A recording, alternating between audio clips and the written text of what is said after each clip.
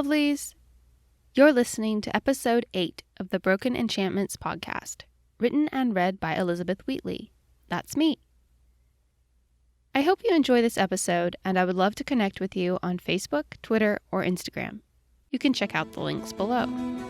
Now let's get to the story.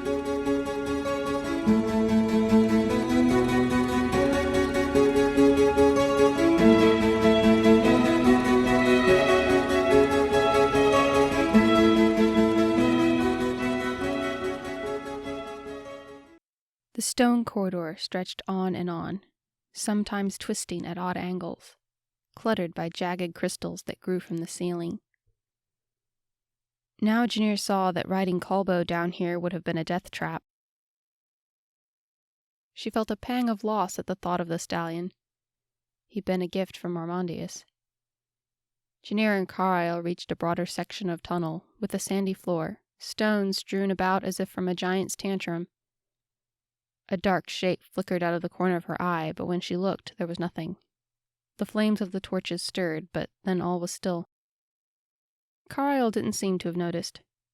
He was staring at an antediluvian piece of paper, trying to keep it from rolling back into a scroll.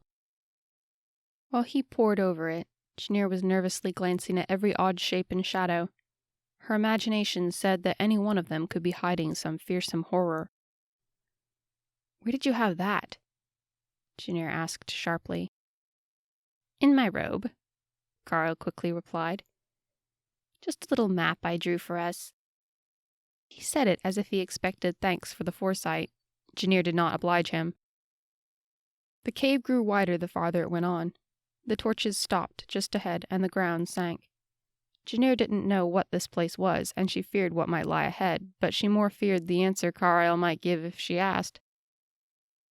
If she could just find a way out soon, she would be able to put all this behind her without having to discover whatever fearsome things lurked out of sight. Red soil was sticking to the hem of her dress and her boots. The smoky smell of burning pitch wafted about them, along with another smell, a musty, scaly odor that prodded at some cramped corner of her mind. With a shout of triumph, Karile finally unrolled the scroll and began to decipher it. He muttered incomprehensible words of a dozen syllables or more, doing nothing to reassure her. "Straight ahead," Karile announced. "I told you I don't want anything to do with your key. Now just tell me the way out of here." "Look, the fastest way out is if we work together." "I owe you nothing, and you're going to tell me the way out right now." "Janir, losing our heads will gain us nothing. Give me the map." Karile protectively shoved it behind his back. "You wouldn't be able to read it anyway." "Give me the map." Janir dove for him. Karile scrambled out of reach. "You don't understand the significance." Whoosh! The two of them stopped instantly. Frozen by fear, they stared with wide eyes into the dark. The young enchanter hid behind Janir as a red shadow, shapeless and almost soundless, swooped in front of them. It had gone as quickly as it had come, there and away in half the time it took for a heart to beat. "What was that?" Karile whispered at length. Janir's skin felt like a blanket of ice had been laid over it.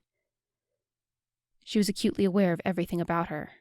The soft drip of cave water, the chatter of Karile's teeth, each individual shadow cast by the torch. They had reached the edge of the dirt tunnel and now beheld stone, flat and smooth as glass, walled in all four sides as far as the torch cast its glow. Janir waved the torch from side to side. Nothing was there. They stood completely motionless for several minutes, afraid of what would happen if they stayed put, but just as afraid of what would happen if they moved. Janir's knees were shaking, knocking together like branches in a wind, but she tried to conceal it from Karile. She would not let him see her fear. There seemed to only be one way out of here, so she decided to take the chance. Tentatively, Janir stepped forward. As soon as her foot pressed down on the stone, they heard a rumbling, as if the whole mountain was groaning. On cue, the torches closest to the cave mouth winked out and rose simultaneously, until the only one still lit was in Janir's trembling fist. Karile was too scared to even blame her, and she was too frightened to blame him. Deciding that they had nowhere else to go, Janir took another step. She waited. Nothing happened. She began slowly advancing into the perfectly square stone tunnel, with the enchanter clinging to her for dear life. Her footsteps and Karil's shuffling echoed softly. They deliberately inched forward, barely taking full strides at a time. It seemed to go on for hours. Step and look, step and look. As the pair crawled along at a turtle's pace, the tunnel's ceiling abruptly became much higher. Janir realized that they were walking toward a ledge that led 2 sword lengths lower into the mountain, made of solid granite, glistening in the torch's glow. Recalling what had happened the last time she stepped on a strange surface, Janir hesitated a very long moment before deciding to climb down. Taking a deep breath, Janir dropped onto the ledge and hopped into the next chamber. Karile, not to be left behind, jumped after her. The young enchanter had barely clambered to his feet when they heard the rumbling again. When Janir glanced up, 3 heavy slabs of stone had already sealed the path behind them. Magic. It had to be. That frightened her, even though she knew magic couldn't harm her. One thing her Argatalan blood was good for. Resisting the urge to try prodding on the granite slab and screaming for help, Janir held the torch up as high as she could. They were inside a huge domed room with mosaics on the walls. Colorful mosaics that told of mortals, elves, dwarves, beasts, and birds. Karile muttered meaningless words again, and the room was instantly illuminated by a glow which seemed to come from all directions. The torch winked out immediately. Janir tossed it aside, skin crawling at the prospect of unknown powers at work. Consciously, she understood magic couldn't hurt her, but the idea still made her intensely uncomfortable. Karile was standing before one of the walls, almost leaving noseprints on the mosaic, he was so close. They tell a story. What does? Janir was not actually paying attention. How do we get out of here? She was barely keeping her fear in check. She paced the circular room about 20 sword lengths in diameter, searching for an exit, any exit. Every crease in the stone seemed solid, every crack sealed. Janir noticed what appeared to be the remains of a human skeleton lying at one end, but it was so old it had mostly turned to dust, and she couldn't tell for sure what it had been. Perhaps hundreds of years old? The discovery motivated her to keep searching. Karile's ramblings interrupted her frantic quest. The mosaics. They tell the story of automatons. Janir thought the enchanter needed to get his priorities straightened. See? He pointed to a piece on the wall. Janir knew that the pictures were vivid, but she wasn't paying attention. She examined a set of 4 pillars erected in the very center of the room. The pillars were unadorned, simply blue granite towers to support the ceiling. Karile's voice was running in the background, like a river's murmur, but Janir wasn't listening. Oh, look, Janir! Karile exclaimed in delight. Oh, look, Janir! Karile exclaimed in delight. Look at this mosaic of a mazag. Isn't it amazing? Janir spared a moment, barely long enough to glance at the mosaic that made Karile so enthusiastic.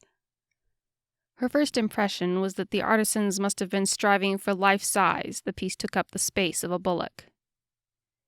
It was of a mazag, that much was certain. She recognized it from drawings in books of old legends about the days before Argatalums and the 7 swords. The creature had a thick, rectangular body, with stocky, muscular legs, webbed toes, and black claws that were digging into a rock. Its body was an orange-red, like the flames of the torch that had just been extinguished. Blood-colored spikes running along the spine from the back of its head to the end of its whip-like tail. The creature's eyes were yellow, with tiny slits for irises, a wild, hungry look in them. It had 2 mandibles on top and 2 on bottom. The jaws were spread apart to reveal a forked tongue, coiled as if ready to strike. Its short, muscular neck was twisting around to glare at an unknown foe. Janir was amazed at the detail of the piece. She could almost see the individual scales on the beast's body, hear its heavy breathing. Again, she smelled that musty, scaly scent. Such great attention had been given to the beast's eye. She thought she could see it moving. The eye flicked from side to side, a moment before the creature flexed. "Karile, get down!" Janir screamed. She tackled the enchanter to the floor just as the beast pounced. It missed and overshot, skidding to the other side of the dome. The Mazag spread its mandibles to reveal 2 rows of needlepoint teeth along each jaw. An ear-shattering roar of anger shook the dome as the beast spun to renew its attack. Janir shoved Karile to one side and she jumped to the other. Not certain which one of them to take, the beast hesitated a split second before batting at Janir with an iron claw. She felt the beast's powerful muscles ripple as it tossed her like a toy. For several agonizing seconds she couldn't breathe, her chest wouldn't expand enough to inhale. The saddlebag slung over her shoulder had offered some protection from the claws, but their contents were in a wild scatter. Lying just out of reach was the mahogany box. It seemed to be calling her, beckoning her to open the polished lid. Strangely, it hadn't been damaged when it had flown out of the pack. "Open me," the box called. She heard the words like whispers in the wind. It could have just as easily been her imagination gone rampant, but this time, she had to open it. She needed whatever was inside. Janir pushed herself off the granite floor. Almost of their own volition, her hands snatched up the box and ripped it open. Even though it had stayed closed for years, the lid gave easily. Inside, placed side by side, laid out on a velvet cushion, were 2 black rods. They were each about as long as the distance from Janir's elbow to the tip of her longest finger. They had a texture to them, some sort of unspeakably elaborate design of twisting patterns. There was a curved shape to one end of each rod, so that a hilt was formed, and Janir found herself aching to snatch them up and hold on to them as tight as she could. "Touch us. Touch us." Janir had to. She couldn't stop herself. Gingerly, she wrapped her fingers around one of the rods. A wave of excitement washed over her the same instant. Janir had to pick up the other one. Gripping the rods felt right, like this was how things belonged, were supposed to be. For now, the beast's attention was on Karile. The enchanter was in between the 4 pillars, trying to avoid the snapping jaws. Janir rose, clenching a rod in each hand. These were weapons of some kind, she was sure of that. She wasn't certain how exactly they worked, but Karile was going to be dead soon if she didn't act quickly. She didn't think as she sprang to one of the beast's powerful hind legs. Driving the rods down with uncharacteristic strength, she struck the beast in 2 places at once. She became aware of a droning wail coming from the rods, and a high-pitched scream of distress from the monster. The beast flopped on its side, shaking on the ground, yelping like a beaten pup. Flipping out of reach, it wobbled to its feet and clacked its mandibles together in mourning. In her head, Janir wondered what in the name of sanity she was doing. That thing could eat her, for pity's sake. The beast struck out with its powerful forelimbs again. But she bit her lip and didn't move. Maybe, just maybe, if she bluffed well enough. The creature staggered away from the girl. As it turned, Janir spotted 2 black, blistering marks where she had jabbed it on the thigh. The monster wobbled toward the wall, whimpering pitifully. The stone parted into another tunnel, allowing the monster to escape. The doors closed behind it immediately, again sealing the 2 companions in the chamber. Janir no longer felt the need to grasp the rods, but she held on to them anyway. Lying on his back, Karile was still shouting with terror. "Trials? Trials indeed! That thing's alive!" he shrieked. "Yes, it is, Karile." Janir felt strangely calm, quite the opposite of what she had expected, and very different from a few minutes ago. "What did you do? How did you scare it off?" Before Janir answered, a rumbling began in the earth again, the sound of a mountain groaning. A 3rd tunnel opened. A crease in the stone that Janir had thought solid was now parting. She barely had time to seize the enchanter before the doors began to shut. Frantically, she shoved Karile through and clambered after him. She dropped what felt like 3 sword lengths to the floor. Karile was moaning at the bottom, and she missed crushing him by inches. The ground was soft, and her landing was cushioned by the loose earth. Still, she didn't move for several seconds after the jarring fall. They were in total darkness. She blinked, and a small point of bluish light shone ahead, but it was so tiny or so far off it didn't light their way. She groped for Karile in the darkness. To her surprise, she was still clenching a rod in each hand.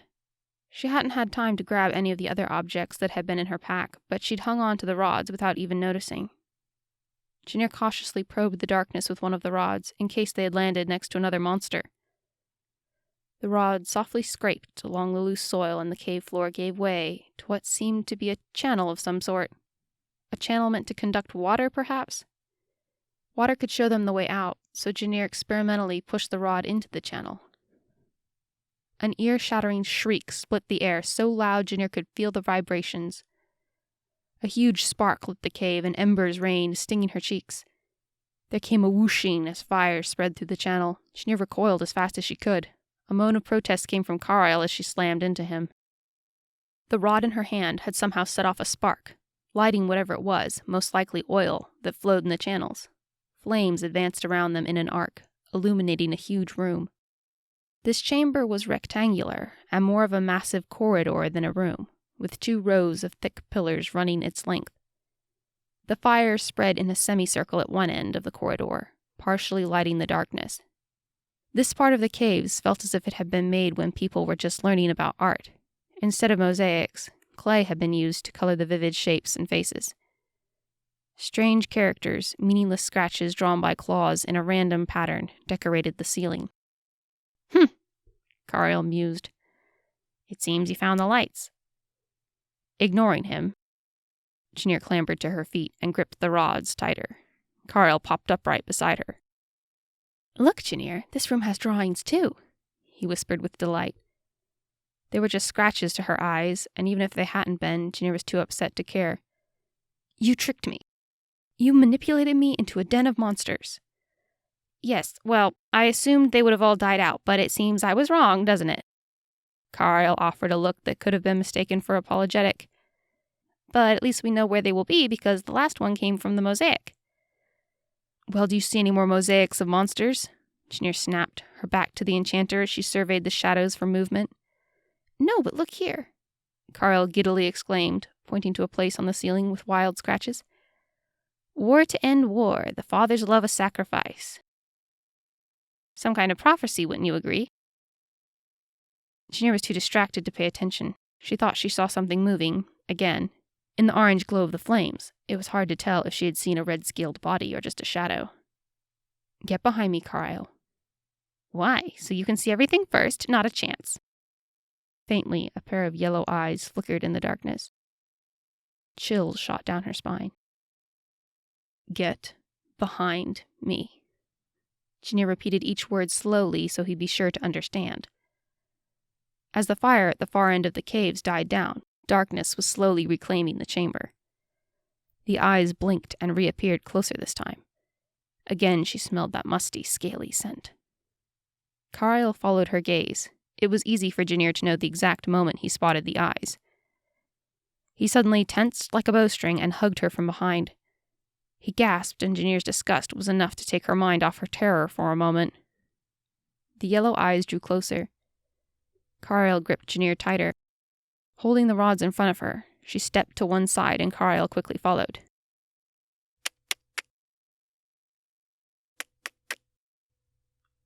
The beast smacked its 4 jaws together, teeth clicking.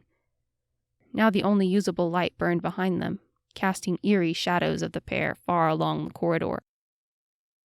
Then they saw it. This creature was much bigger than the first, towering above them at twice the height of a man. No fireside stories or drawings could quite do it justice. The monster craned its neck to survey them closer, watching patiently. It has been many freezes since my sight was last sullied by your kind. To Janir, the words were like untempered thought, shared through sound. Fear countered any shock or disbelief she might have felt, and she didn't question why she could understand it. We don't want any trouble, Janir said, not sure what else she could say. Then don't start any, and vulnerable. Shivers shot up and down Janir's back as the beast unerringly identified her as an Argatalam. She was beginning to feel as if there was a sign plastered to her forehead. First Karile, now this talking monster. Please, we just want out, Janir reasoned. Why are you talking to it? Karile whispered. Could he not hear? Not having time to argue with the enchanter, Janir returned her attention to the monster standing over them. The bane of my race was the creation of your forefather. Drill was the pinnacle of power for men, and the downfall of my kind. Tell me, Softskin, what is your name? Surprised that the beast would care, but feeling it would be unwise not to reply, she answered. Janir. She-Hawk. Not a very fitting name for one so timid. The beast kept on with the clacking and began flicking out its tongue experimentally, testing its limits. It has been a long time since I have tasted the flesh of Drell's wretched spawn. You still hold his scent, even though it has been, 500-odd generations? Your short mortal lifespans can be difficult to calculate. The clacking was growing hungry, hateful. The brief courtesy, however small, was gone. Karile, Janir quivered, be ready to run. The enchanter was too frightened to argue with her or question her motives. A squeak was all she received by way of acknowledgement. They waited. Janir wanted the beast to make the first move. She stood still, waiting to see if it would come within reach of her rods. Time ticked away slower than ever. The beast was cautious of Janir. It knew about the rods. She didn't think she would have had the courage to stand up and speak so calmly to the creature without them. Whatever they were, they sparked courage in her and fear in the Mazag. The creature again craned its short neck, surveying Janir intently, auditing her capabilities as an adversary with a practiced eye. You trust your Karkatan, I see, the beast sneered. My people have fought against Karkatan for eons. Do you think I would not know their weaknesses? The beast lunged. Janir ran, and Karile followed close behind. The monster made to claw at her, and she held out her rods defensively. They briefly connected with scales and dragged along the beast's foreleg, marking it with black streaks. Screeching an ear-splitting cry, the beast leapt out of the way and flopped to one side, yelping as Janir had hoped. Not easily defeated, the beast lashed its tail after them, falling short several inches and smashing a solid stone pillar instead. Recoiling its tail, the beast roared and clacked with rage. It sent its tail after them again, this time tripping Janir with the tip, bringing her to the ground. The rods flew out of her hands. The beast snarled and lunged for her with clacking jaws. Janir tried to scramble to her feet and run, but the monster was quicker. It dove in for the kill like a swooping bird of prey. For one horrible moment, Janir was sure she was going to die. The next thing she knew, a stone smashed into the Mazag's head. The beast groaned weakly and staggered sideways. Karile stood with a second stone cradled in one hand, while the other hovered over it as he chanted a spell. The rock leapt up, seemingly on its own, and collided with the Mazag's head, just like the first. It would appear the enchanter had a few useful spells in his repertoire. Janir leapt to her feet without a second's hesitation, snatched up the rods, and pointed frantically toward the blue light ahead. Karile understood the cue and took off running. Janir had to scramble to catch up with him. The pair raced blindly toward the glow at the end of the hall, their only chance at survival. With her knees beginning to ache and her breath coming in gasps, Janir wondered if the light was an optical illusion. Perhaps this hall went on forever, she thought in terror. No, of course it couldn't go on forever. Those kinds of things were in stories. But so were monsters with forked tongues and whipped tails, she realized. Forcing herself not to think, she sped on faster as the thunderous lope of the beast boomed in her ears. Run faster, Karile, Janir panted, screaming over the beast's angry clicking. Do I look like I want to be eaten? The enchanter shouted back. Just run! Closer. They had to be getting closer to the light, of that she was certain. Janir rushed frantically toward the glow, outpacing Karile, streaking past him. As she drew nearer, she realized with despair that the point of light they had staked all their hopes on was nothing but a small crack in the ragged stone wall before them. Janir skidded to a stop, hurriedly trying to concoct a new plan. There was no sign of another tunnel or any other escape. Racking her brains for an idea, she drew a blank. Karile went on charging straight at her, arms flailing wildly at his sides, eyes the size of dinner plates. The beast was directly behind him. Janir raised the rods, ready to ward off another attack when Karile slammed into her like a load of bricks. The enchanter had been running too fast to stop, too terrified to care that he was headed straight for a stone wall. He collided with Janir, shoving her against the rock like a battering ram. He drove her through it with a force she would never have suspected to be within his power. The wall let him through easily, as if it had been waiting to crumble. Janir realized with astonishment that they were rolling down a slope of red sand, bumping into rocks every few turns. The frustrated clacking of the monster fast became distant. There was only the unhappy shouts of Karile as he did somersaults down the slope. Red sand was everywhere, in her hair, up her nose, in her mouth. She tried to grab onto something, anything to slow her down, but she couldn't find purchase. Finally, they rocked to a halt at the bottom of the hill. This has been the Broken Enchantments podcast. Thank you for listening.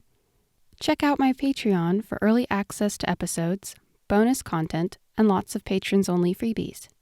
You can learn more at elizabethwheatley.com. And don't forget to subscribe. See you next time.